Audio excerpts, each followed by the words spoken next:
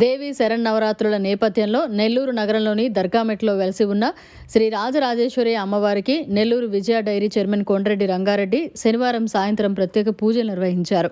ఈ మేరకు ఆయన శ్రీ రాజరాజేశ్వరి దేవస్థానంలో అమ్మవారిని దర్శించుకుని ప్రత్యేక పూజలు చేశారు. ఆలయ అధికారులు, ప్రధాన అర్చకులు ఆలయ మర్యాదలతో విజయ డైరీ చైర్మన్ కొండ్రెడ్డి రంగారెడ్డికి స్వాగతం పలికారు. కన్నుల పండుగగా జరుగుతున్న శ్రీ రాజరాజేశ్వరి అమ్మవారి దేవి శరన్నవరాత్రుల మహోత్సవాలు చాలా ఘనంగా జరుగుతున్నాయని, దసరా మహోత్సవాల నేపథ్యంలో అమ్మవారిని ప్రతి ఒక్కరూ దర్శించుకొని అమ్మవారి కృపకు పాత్రులు కావాలని కోరారు.